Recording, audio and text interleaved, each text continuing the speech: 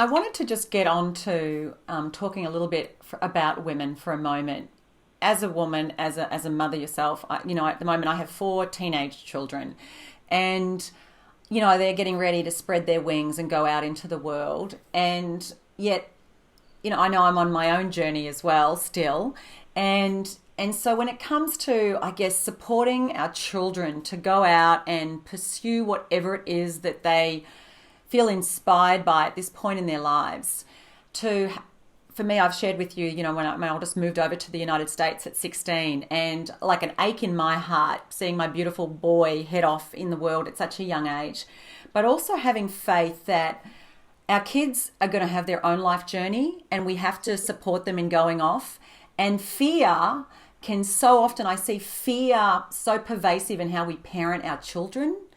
And it keeps us, I think, from sometimes setting them up to be as bold and courageous and resilient as they could be. And it keeps, I think, a lot of us, creates a lot of suffering because we're afraid of what might happen to them in the world. And who will I also be once I no longer have my children all in my little nest here?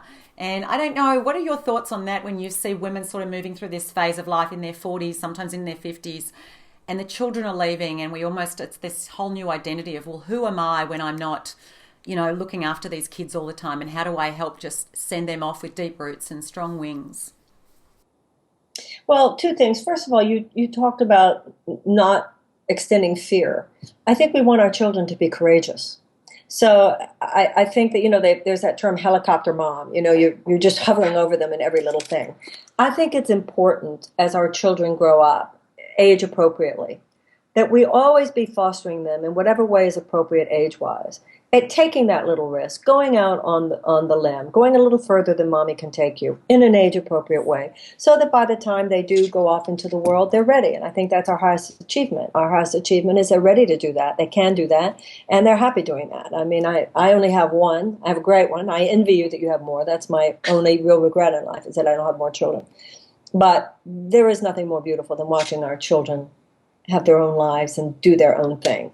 In terms of the identification with that and who am I without them, for me, because I didn't have my child till 37, it's different if a woman has her child, starts having her children at a very young age. I don't know how old you were. How old were you when you had your first child? I was 29 with my first. Well, you were already certainly a grown woman. Mine wasn't until 37. I already had a career. So for me, I just kind of slid back in. For those for whom that's not true, though, I think part of conscious parenting, and particularly conscious mothering, and particularly of boys, that's why in coming of age ceremonies, that's why in the Jewish bar mitzvah, the Jewish bar mitzvah, part of the coming of age ceremony is that it's a public declaration to the community, particularly to the boy's mother, that he is a boy no longer. Yeah. We have a crisis of adulthood in our society, and it's very selfish of us to hold on too tight to our children. I also know, as the mother of a 25-year-old, after a certain point, you have to earn their affection. I mean, maybe they'll always love you if you were a decent mother, but, after a certain age, they're not going to call you all the time unless they really want to. So I know with my daughter, and I've seen it, the fact that and I'm conscious of this, I give her due respect. I'm honored when she asks my opinion, but she's 25. And I think that if she felt from me an energy of, you owe it to me, or if she felt any energy from me that was not giving due respect to the fact that she's a grown woman, I don't think we would be as close as we are. As we are, we're best friends. And I'm so thrilled that we are. But I also see the ways that I give enough, as I said, respect and deference to the fact that she is a grown woman. I think it's always tempting to push beyond the boundary that is healthiest for our children. Maybe get a little too intimate in our conversation, tell a little too much or whatever. I think because I was a single mother, I think there you particularly have that.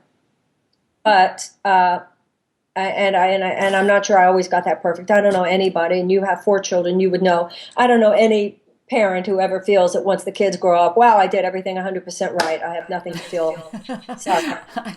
Maybe fourth one, you got it all right. Oh no, here's my challenge. Parenting is like everything else in life. You course correct. And that's going back to the whole subject of sadness. Sometimes it's painful to see the ways that we might have done different.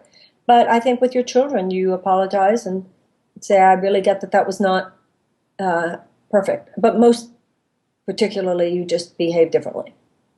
Like maybe you don't call them quite so much. Wait till they call you and stuff I like that. understand.